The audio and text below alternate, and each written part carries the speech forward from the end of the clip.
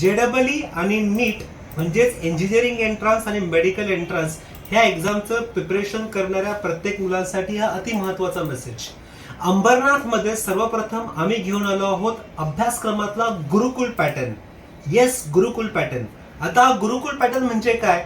तर गुरुकुल पॅटर्न म्हणजे जिथे विद्यार्थ्यांचं जास्तीत जास्त लक्ष किंवा जास्तीत जास्त अटेन्शन हे ठेवलं जाणार आहे त्यांच्या एंट्रन्स एक्झामिनेशन कडे, म्हणजेच JEE आणि नीट कडे.